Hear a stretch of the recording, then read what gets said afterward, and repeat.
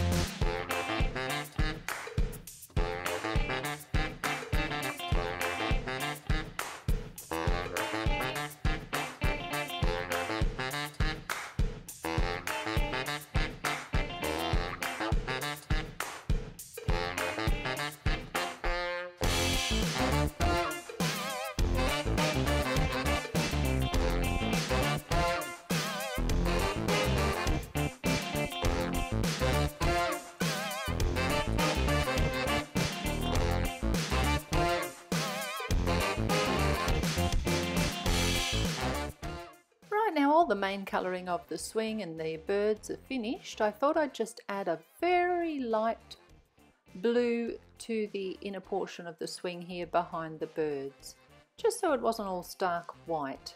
So adding that now with BG000, as you can see, and then it's a matter of adding just a small amount of shading with W0, which is a grey. So I've added that first of all underneath all the parts of the swing and the birds' tails, and then I end up going around the whole frame and under the bow and everything and adding that shading. Then it's a matter of adding the glue to the back of my glittered frame, which is all dry now, and making sure that that is adhered down nicely, turning it over, putting some using a tissue I should say, just to push around on the back there to make sure it's all adhered nicely. And this just gives you a really good look at the glitter, and it really is such a pretty piece. Now I decided I wanted to add some hidden details inside that you won't see until you open the card. So I'm going to add just the two of us down in the right hand corner.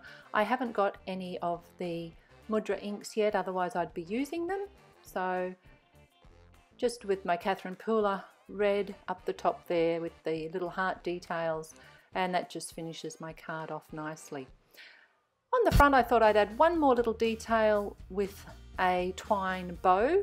I like to firm it up a bit with some glue, liquid glue again, rubbed on with my fingers, wrap the strands around a couple of paintbrushes, let them dry and they stiffen up a bit, and then you've got yourself a nice curly little twine bow that you can adhere in place. Bit of glue up the top there to adhere it to the top of my frame, and then a couple of little amounts of glue halfway down just to hold it to the edges of the frame so that it doesn't hang all over the place where you don't want it, and I find that usually works beautifully.